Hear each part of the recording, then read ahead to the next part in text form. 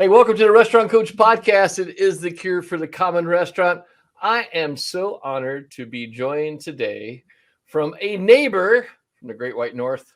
Rick Arsenault is here from the Bluebird Cafe and Grill. Rick, welcome to the podcast. I'm so happy to get you on here. Thank you, Donald. I'm, very honored to be part of this great podcast. I listen to it all the time, and you have awesome guests. I'm very honored that you chose me to be here with you today.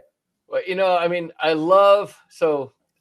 I started following you. Well, you started following me. And then, of course, I try to follow back people who follow me on Instagram. And I just tell you, your Instagram, your Bluebird Cafe Orangeville Instagram account, it is just amazing.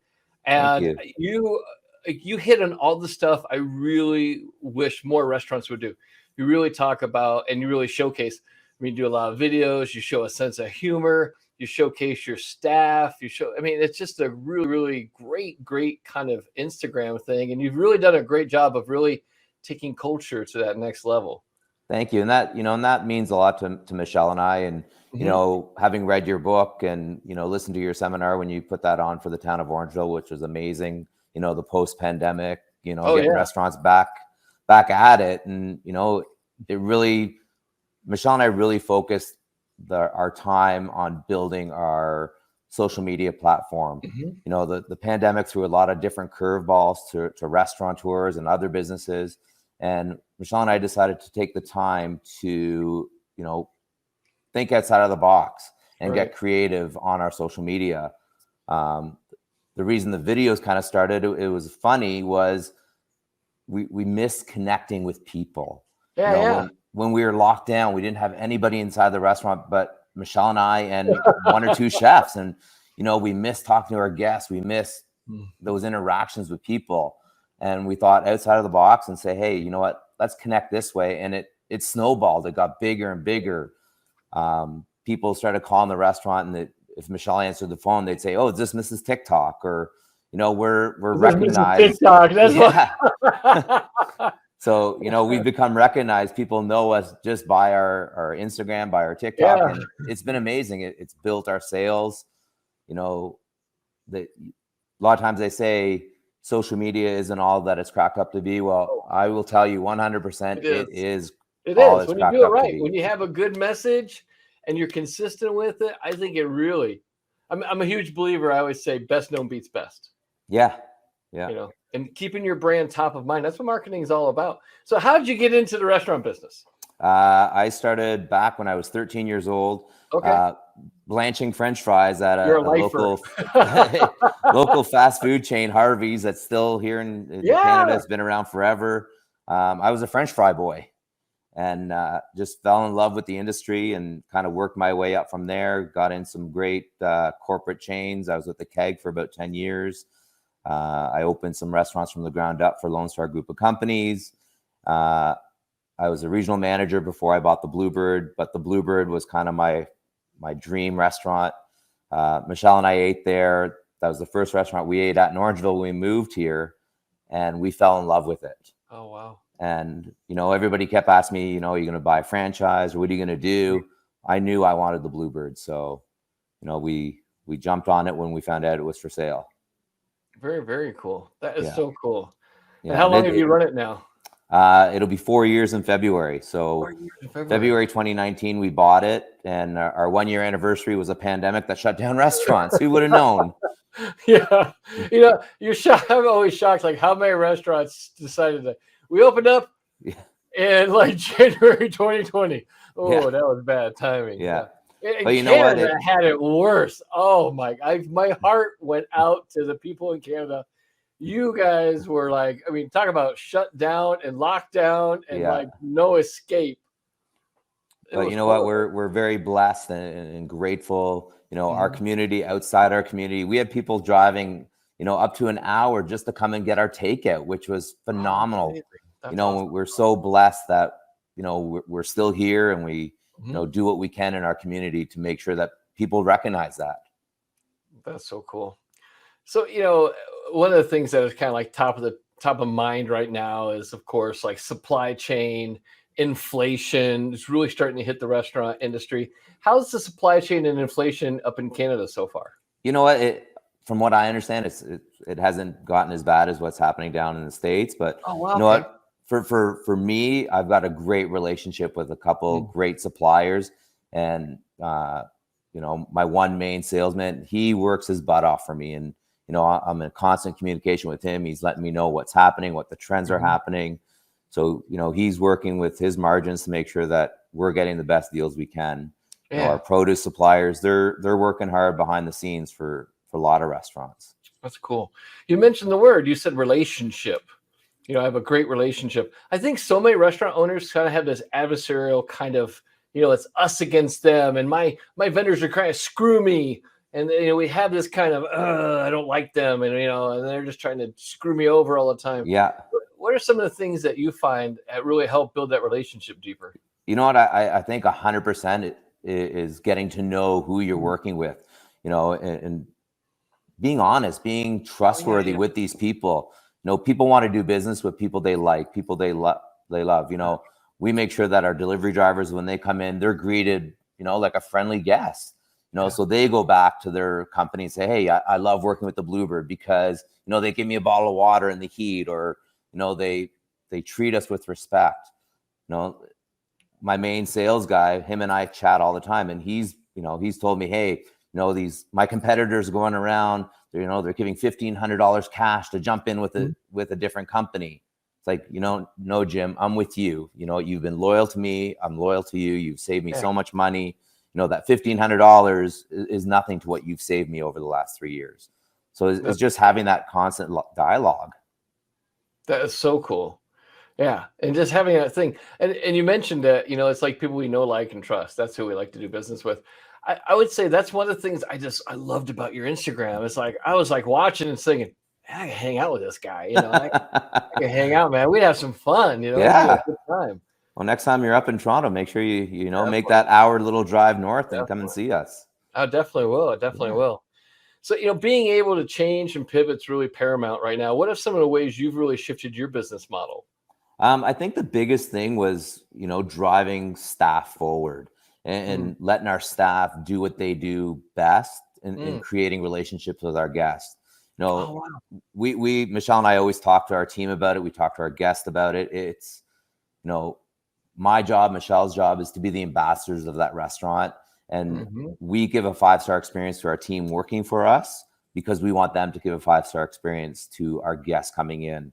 That's so cool. You know, looking at pivoting different ways. We changed our takeout model back when the pandemic, when we just had takeout and no dining room, was creating an environment where the guests came in to receive their takeout in a 5-star experience way, with, you know, making a connection, not just, oh, here's your bag, see you later, gotta go. It's, you know, let's sit down and talk to these guests, bring their food out to their car and have a conversation with them.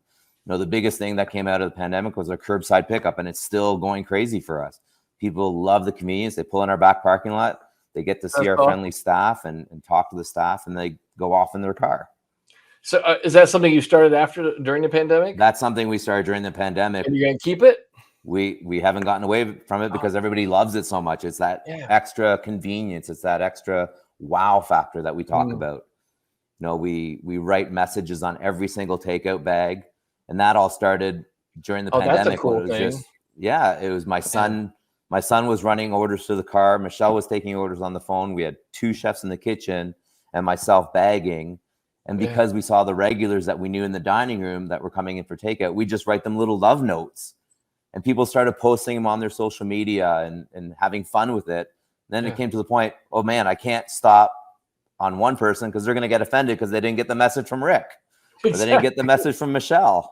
Exactly. So now we've trained all of our takeout staff to every single pizza box, every single bag that leaves our restaurant has an inspirational message, has a funny little quote, has something there that means something to the guests. And we still get so many people talking about it in the community. It's amazing. That is so cool. That is so cool. So leadership is one of the things I talk about a lot. And, you know, in my books, I talk about leadership, all my books. What do you think is kind of critical to be a leader? What do you think a leader needs? To me, it's the passion to lead people and the passion to, you know, you're there for your people and you're there You got to be honest. You got to, when you screw up, tell them you screwed up. Don't be scared. You can't stand behind people and say, oh, I'm not doing this anymore because of this or whatever it is. Yeah. It's being passionate and being true to who you're serving. I learned a long time ago, some of my great, people that I follow, Simon Sinek and Robin Sharma.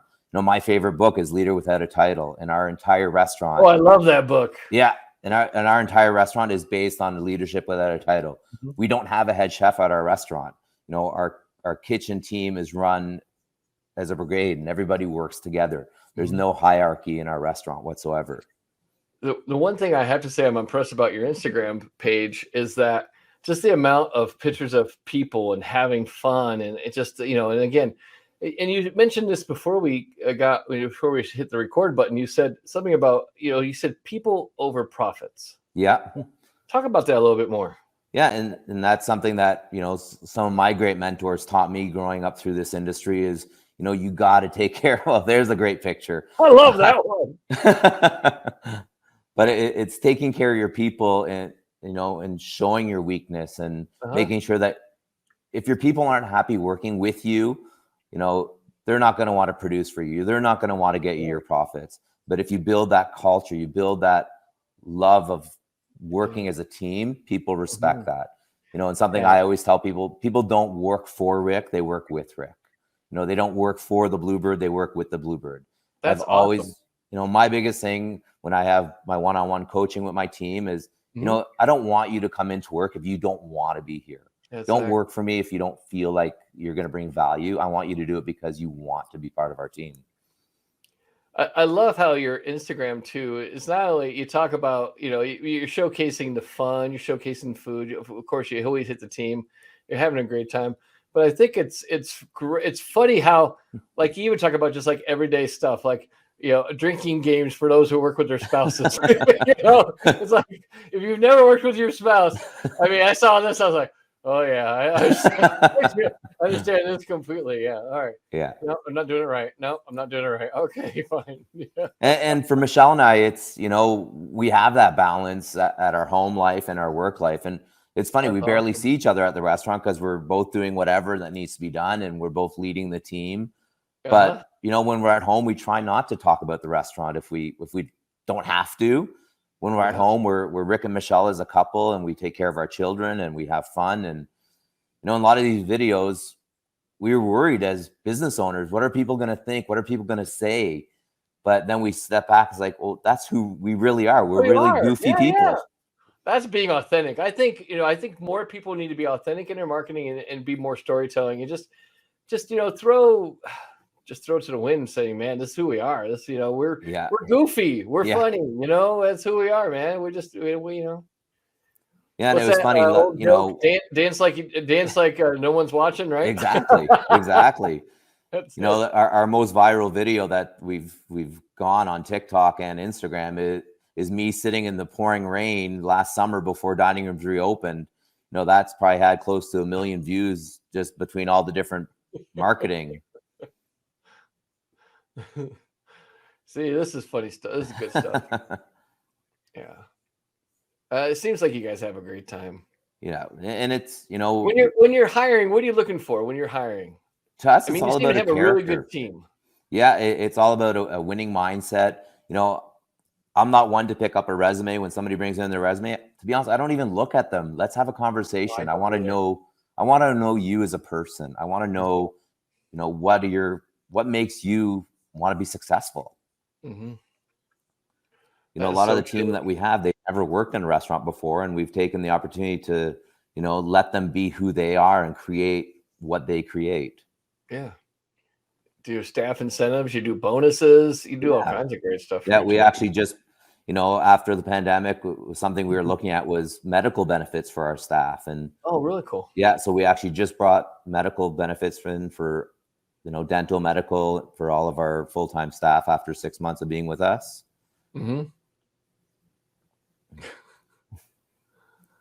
Good stuff, funny stuff, good stuff. Yeah. So self-care. I'm a huge believer in self-care.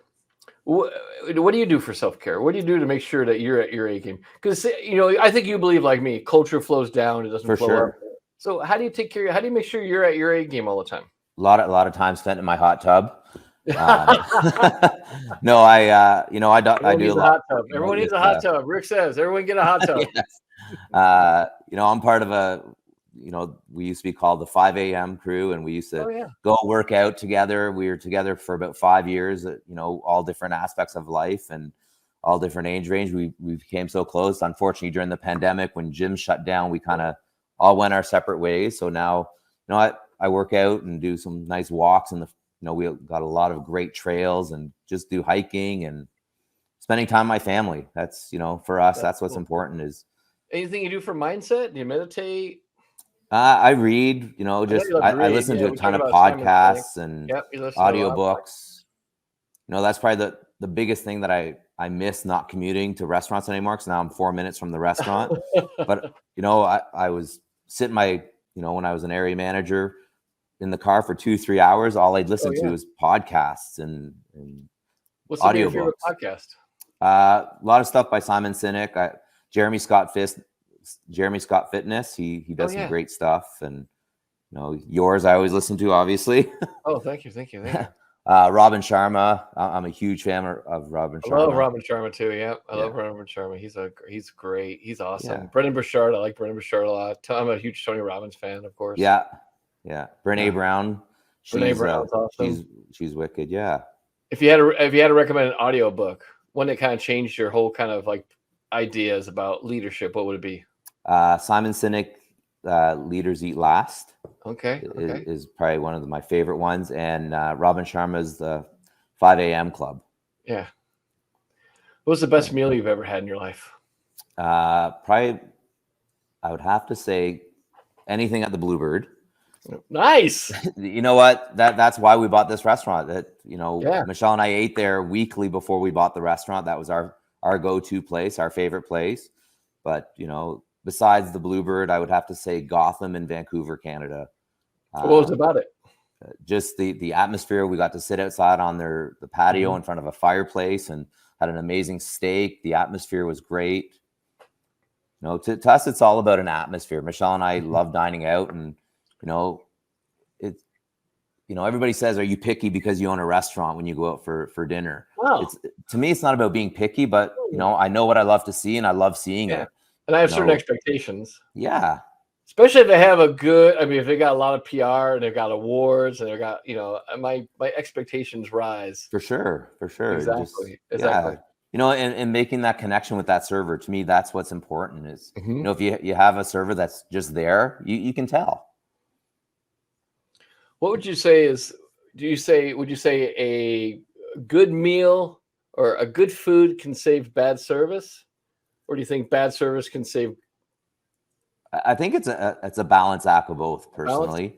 And I always talk to our team about it. It doesn't matter, for us, we're going to make a mistake. We're not perfect, but it's how we recover that guest leaving that restaurant.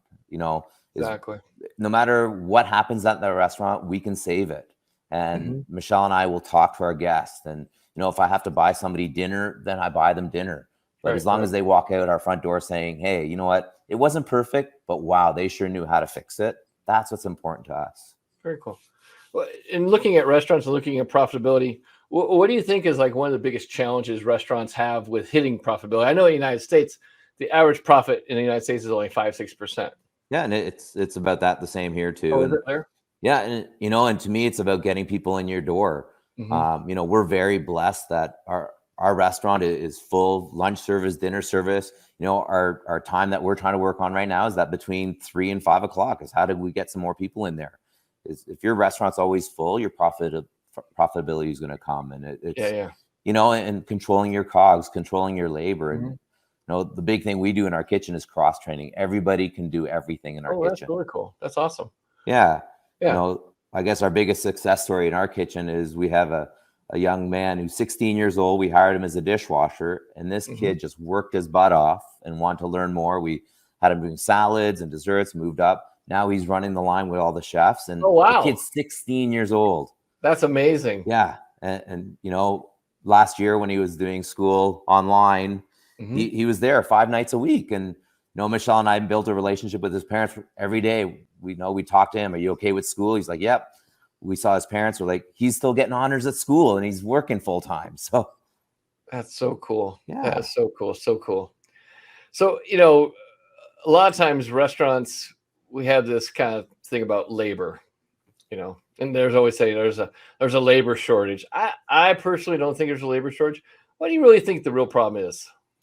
You know what? A lot of times I think it's that operators aren't taking the time to, I hear it still to this day is, oh, they came in at noon. And are they silly? They don't know that restaurants are busy at noon. Well, take the time and talk to them. A kid who doesn't know a restaurant is applying. He doesn't know you're busy at that time, but it's taking the time to sit down with people, and Michelle and I count our blessings that we're fully staffed right now. And we have guests that comment about that. They're like, I went out to dinner at another restaurant and they had nobody. How do you do it? We're like, well, we're building a culture. We're building, we have the cream of the crop in this community working for us because we've created an environment where people want to work with us. We have a lot of fun doing it. There you go. I think that's critical, is that, and it goes back to what you said earlier about people before profits. Yeah. Yeah. And unfortunately, a lot of operators, not only in the restaurant industry and a lot of other industries, don't realize that if you're not taking care of people and not creating an environment, they're not going to want to stay with you longevity. They won't. No, they definitely won't. So what's your favorite thing on the Bluebird menu? Hands down, the lasagna is probably my go-to all the time. Really? Do you order it like every day or what? There's been rumors that I've eaten it 5 days in a row. But and it's funny, a lot of people always ask us, what do you recommend on your menu? And unfortunately, there's not one thing I can recommend because everybody has their favorites. Everybody has their favorite. Yeah. And, when we opened back from the pandemic, we shut down for 3 weeks and we reopened our takeout. We brought back half the menu and everybody's calling, well, where's this dish? Where's this dish? So we flipped it the next week or a couple weeks later, and then everybody's mad. So after that, we're like, you know what? Let's just bring the whole darn menu back. Oh, wow. Yeah. There's so many great choices on our menu, and it's, the guys put so much passion, the girls put so much passion into creating these dishes. How many services do you do? Breakfast, lunch, and dinner? Or just No, we just do lunch and dinner. Just lunch and dinner. Yeah. How many days a week? 5. We're closed Sundays and Mondays. Give everybody a nice couple. Everybody deserves that weekend. So I'm a huge believer in the 5-day work week. Yeah. For restaurants. I am a huge believer. I think you can make just as much money in 5 days if you market correctly than you would being open 7 days. And also, I love it because now I just got to run 1-8 team. Yeah. Yeah. One solid team. Everyone knows you work 5 days and then you get 2 days off. Everybody gets 2 days off in a row. Yeah. And you know what? Our staff appreciate it. The guys aren't booking off a Saturday night. The odd time they do, but, it's because they have whatever. But, we know everybody knows when they're off and it's great. And our profitability is there. And our sales are phenomenal for 5 days a week. Yeah. That's so cool. So cool. So cool. So if you came in with a warning label, what would it say?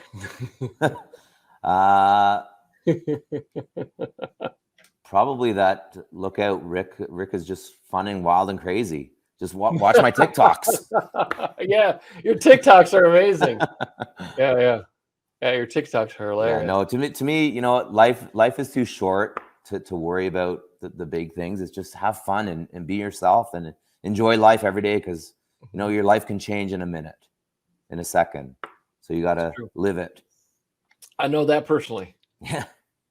Died twice. Yeah. So, life can change very, very quickly. Yeah. So culture. And we talk a lot about the people part. What else do you think is important to creating the culture like you have? I think it comes down to the work environment and, the workload and how we stretch it out. In our kitchen, for example, as I said, we don't have a head chef. We don't have a head of the brigade. Everybody has their own accountabilities and they hold each other accountable and they enjoy that. And they look at the culture and realize, hey, you know what? I'm going to help so-and-so today because, he helped me yesterday, or she helped me yesterday. And it's just the environment. And we talk a lot about that. We broke down a lot of walls when we first opened that restaurant to make sure that there wasn't a divide between the front of house and the back of house. And I hate that. Is it there? Yeah, it's always going to be there, but there's always a little tension. But exactly. you can minimize it a lot more than a lot of places do. Yeah, and we encourage our team. This past weekend after service on Saturday night, they all went out to one of our local bars and hung out together as a team, and it was great to see. So, if you had to pick a couple core values, what you say some core values you guys kind of live by? 100% is every guest that comes into our restaurant leaves with a 5-star experience, and that includes our staff. Our staff are our guests.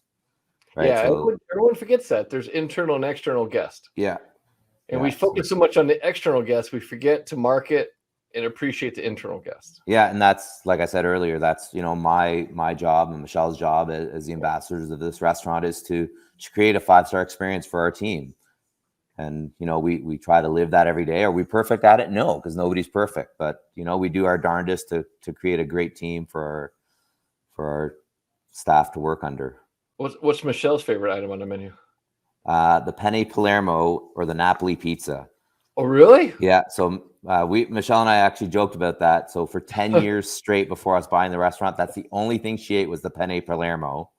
That's it? That was it. That's the only thing she would eat.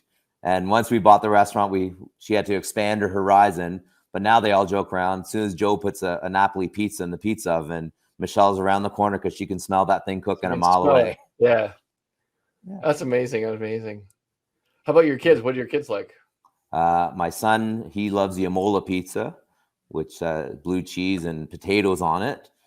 My youngest daughter, she loves our Greek salad or our Caesar salad. Yeah. What do you think about the Caesar salad? What do you think makes your Caesar salad unique? Because everyone has a Caesar salad. It's just, we make it nice and creamy. We're 100% scratch kitchen. Every single dish is made to order in our restaurant. So, nothing's externally made. We, from the raw ingredients right through to the cooked ingredient is made. And we make our Caesar salad so nice and creamy. Lots of garlic. I don't eat it because it's a little too garlicky for me. So, a lot of people don't understand. In Canada, there's a thing called the Caesar, which is a drink. It is the best drink in the world. Yeah, it's what we call a Bloody Mary down here. They call it a Caesar up there. But a lot of times they get confused. It's like, I was at my girlfriend, her sister. She's a twin sister who married a guy. He's from Canada, and he was making Caesars, and we had this party, and he asked one of the guests. He goes, "Would you like a Caesar?" And she's like, gives him this look like, "Okay, I'll take a salad." I was like, "Not that kind of Caesar." Different Caesar. Yeah. Bloody Caesars are good. I do have to say I indulge in those quite a bit. Do you know the Caesar salad was actually invented in Mexico? I did not. Yeah. I did not. Tijuana, Mexico, 1924. Wow. The guy who owned the restaurant was Cesar Cardini. He had an Italian restaurant in Tijuana. Some businessmen came over across the border. All he had was like some romaine, some Parmesan, and some eggs, and some lemon juice, and he made a salad tableside for him, and he called it the Caesar salad. Well, that's an interesting fact. I'll have to share that with my team. A lot of people think it's from Italy. Nope, it's from Tijuana, Mexico. It's an import from Mexico. So what's like the biggest thing your restaurant's doing right now to set yourself up for 2023? We actually just hired a videographer to keep moving forward on our social media platforms. It's funny, Michelle and I sit back and we look at other restaurants in our market that kind of mimic our social media. So we decided we were going to hire a videographer to kind of elevate, the video content that we're doing, the photography that we're doing. And then we're looking at just continue moving forward with different community events that we loved getting a part of. We just finished doing a thing for one of the local hospices. We just donated $900. We did $1 from every pizza sold for the month of September. Oh, that's so awesome. Yeah. So we love giving back to our community. So we don't have one charity that we just specifically do with. We try to go around. We do a lot of different things in our community. And as far as like videography, do you have a YouTube channel? We do. Do you really? Yeah. That's awesome. Yeah, we just started putting some of our, professional type videos on there. Have you started doing shorts yet? No. Oh, YouTube Shorts are the hot new thing. You got to do YouTube Shorts. I will have to look into that. Think of stuff you use for TikTok and Instagram Reels. Okay. That's short. It's basically 90-second little videos. They're the full length screen, like on a phone. That's a short. And the beautiful thing about YouTube Shorts right now is that YouTube's really putting like a full court press behind it because they want to promote it. So you'll get a lot of organic reach that way. I will definitely look into this one. Yeah, it's awesome. It's awesome. Yeah. So let's talk about stress. Everyone knows restaurant owners get stressed, and I saw you with that bottle of tequila. But besides tequila, how do you deal with stress? I think, like we talked about earlier, is that that self-care and self-care, the hot tub. Yeah, the hot tub. Spending time with my family when we're not at the restaurant is just decompressing. And when I am at the restaurant, when things get stressed out, is just stand back and reevaluate what's really happening right now. Yeah. Is me getting stressed going to cause more stress for everybody else? Yep, it's going to. Yes, it does. It definitely does. They take their lead from you. Yeah, they take their lead from you. Like if you're wigged out, they're wigged out too. They don't know why. The old saying, go in the walk-in and cool off. Exactly. Yeah. So, you are in Canada. Have you ever joined the Polar Bear Club? No, I have not. You haven't jumped in the ice in the lakes up there? I have not done that one yet. So here's if I come up to Canada and it's cold, we gotta do a cold plunge. I would do it with you, my friend. All right. Game on. Yes. And if you come here to Scottsdale, we'll do a hot plunge. Speaking of which, hey man, are you coming to my Restaurant Success Summit? It's next week. I would love to. I just can't get down there next week. We busy week. Theater just opened next door for us. So. That's true. You guys are getting busy. Yeah, we got a beautiful theater across the street from us, which keeps us hopping. But if anybody wants to, I still got a few tickets left. Restaurant Success Summit is October 24th, 25th, 26th here in Scottsdale, Arizona. You can go to restaurantsuccesssummit.com and grab the ticket. I think this morning there was 4 tickets left. That's it. I cap it at 50 people just because I want to keep it kind of intimate, so everyone gets some one-on-one time with the speakers and stuff like that. Beautiful. So let me ask you: when you were a little kid, what did you want to be when you grew up? Hands down, a farmer. Did you really? I did. What kind of farmer? A cattle farmer. A cattle farmer. Yeah, a milk farmer. My mom's family grew up on farms, so when I was a youngster, before I started working at Harvey's, I was on a farm every summer, and I actually. My plan was to go to the agricultural college in New Liskeard, Ontario. Mm-hmm. And then I started working at Harvey's and restaurants took over from there. My grandfather had a little farm when I was a kid, and I used to get drafted to go work, detasseling corn, baling hay. Yeah, I was so happy to get recruited by my father into the restaurant business. I was like, this sounds a lot better.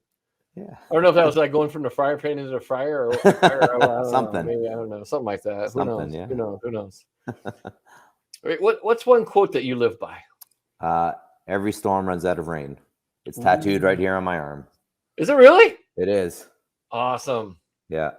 It's such a true thing because no matter what happens in your life, the dark days are going to end and things are going to come out. It's not going to stay bad all the time. Is that your favorite tattoo? Probably. Yeah. The other one from my dad. I got a few. Very nice. Yeah. I always thought I wanted to get, I haven't done it yet, but I always wanted to get the symbol of Tao on my shoulder blade just to remind myself to follow the path, the way. So. Yeah. I have a special ops tattoo. That's the only one I got though. Yeah. And if people want to contact you, they can find you at www.bluebird.cafeandgrill.ca. Yeah, we're on our TikTok, our Instagram. TikTok. Is your TikTok the same as the? It's at Bluebird Orangeville, Bluebird Cafe and Grill. On TikTok. On TikTok, yeah. Okay, cool. And then they can always just find you by your last name, and they can find your Instagram too, right? Yeah. Yeah. Hey, Rick, I want to say thanks for jumping on today. It was a real honor to get to talk to you. And because I knew you've been doing some really cool stuff with your culture. And I just want to kind of dig down and realize that it is people over profit. And if you focus on that internal guest, I think that takes care of your external guest. 100%. And thank you so much for your time today, Donald. It's awesome. It's been a pleasure. Perfect, my friend. Thank you. Thank you. Hey, real quick, if you like the content here, please do me a favor, like and share it with someone you think would benefit from it. And also, make sure to hit that subscribe button so you never miss out on an episode.